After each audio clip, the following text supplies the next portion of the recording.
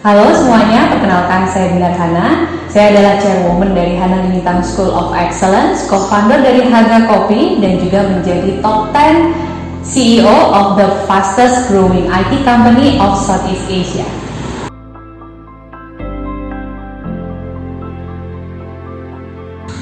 Awal mula saya terjun ke dunia bisnis diawali dari saya berkarir setelah saya lulus dari S1 Teknik Elektro.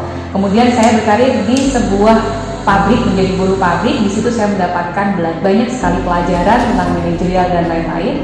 Kemudian saya harus melanjutkan S2 di salah satu universitas di Surabaya, dan kemudian saya memutuskan untuk menjadi dosen selama 3 tahun. Dalam perjalanan itu banyak sekali hal yang saya lewati, baik itu secara manajerial, networking dan lain-lain, dan membuat saya fokus dan memutuskan untuk membuka bisnis sendiri dan meninggalkan beberapa hal yang waktu itu sudah menjadi karir saya. Di tahun 2016 saya memulai semuanya dengan Hana Lintang School of Excellence. Sampai detik ini saya sudah membawahi beberapa company seperti sekolah, kemudian ada IT company, dan saat ini yang sangat terbaru adalah bisnis kopi yang sangat marak di Indonesia. Oke, bagaimana saya bisa bertahan dalam bisnis dan bagaimana saya menginovasi bisnis-bisnis yang sudah ada. Yang pertama, treatment setiap bisnis pasti berbeda. Seperti contohnya Harga Kopi, kita melakukan benar-benar istirahat selama 1 bulan di awal pandemi karena kita harus mengevaluasi apa yang terjadi sebenarnya pada market selama pandemi ini. Setelah 1 bulan, evaluasi yang kita lakukan, research yang kita lakukan, kita share dalam bentuk aktivasi, yaitu misalnya saat ini market sangat ingin adanya hygiene, kemudian adanya servis yang lebih dari kita untuk mendukung program-program kesehatan maupun protokol kesehatan yang sudah dilakukan oleh pemerintah. Contohnya seperti kita promo tentang bagaimana hygiene yang kita jaga dalam kemasan, bagaimana tata cara masuk kedai dan lain sebagainya. Itu salah satu bisnis yang kita jalani. Dan lainnya ada bisnis School of Excellence dari Hana Lintang. Kita melakukan beberapa treatment kepada student-student kita dengan online yang menarik, yaitu dengan beberapa project yang memang kita kemas sedemikian hingga sehingga meskipun dilakukan secara online dan jarak jauh tetap menarik. Dan begitu juga untuk inovasi. Sebenarnya inovasi tidak melulu soal bisnis yang sudah ada dan kemudian harus kita perhatikan market shifting-nya, tetapi kita juga bisa membuka atau menemukan ide-ide bisnis baru, atau bahkan ide yang awalnya hanya sebuah ide saat ini bisa menjadi bisnis. Contohnya H-Work, kita adalah salah satu bisnis yang kita buka untuk sebuah tempat bekerja atau berkumpul tapi sesuai dengan protokol kesehatan dan tentunya mengutamakan kenyamanan dan kebersihan.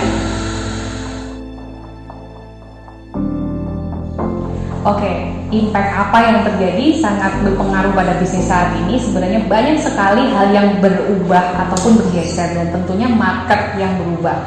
Nah, bagaimana cara kita untuk mengatasi ini? Kita harus benar-benar jeli dan pintar untuk melihat market ini arahnya kemana.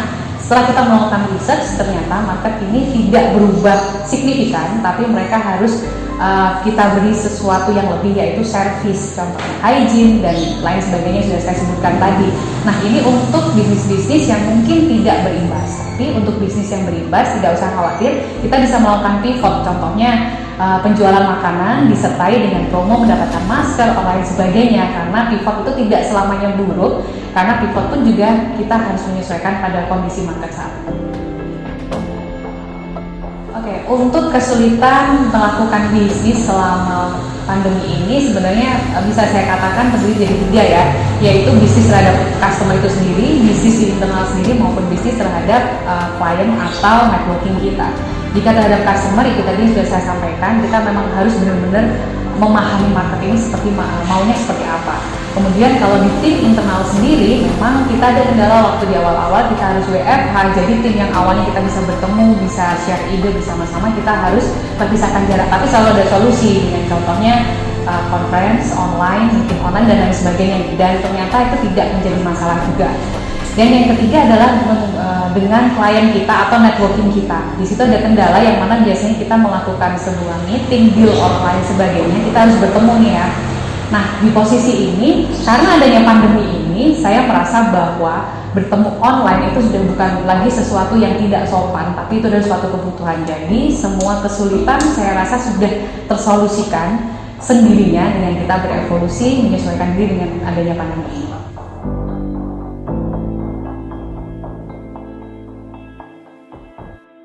Dan untuk harga kopi sendiri sebenarnya sudah kita inisiasi sejak pertengahan tahun 2018. Kita aktivasi di tanggal 1 September 2018 dengan lokasi pertama ada di daerah Jetis Daud di Malang, Jawa Timur. Kemudian yang kedua kita buka namanya Kopi Let's Go. Jadi sebenarnya Harga Kopi ini ada satu company besar yang bernama Harga.id dengan berbagai macam brand nama kedainya. Dan yang kedua kita buka Kopi Let's Go ada di Jalan Majapahit. Bulan Desember juga kita buka Harga Kopi pertama di Malang di Jalan Candi Agung 2 nomor 30 daerah Blimbing.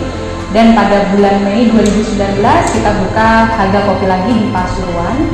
Dan pada bulan Mei juga kita buka satu kedai namanya Cafe Indi di Kota Malang. Oke, sedikit motivasi untuk Sobat Asia semua, dan ini nggak sedikit sih sebenarnya ya, untuk menjalani sebuah bisnis. Sebenarnya pandemi ini adalah bukan salah satu atau satu-satunya masalah yang akan kita hadapi. Dari awal kita membuka bisnis pasti banyak sekali obstacle yang kita hadapi dari awal, dan jangan jadikan ini sebagai momok. Tetap belajar, terus berkarya, dan lahirkan mahakarya.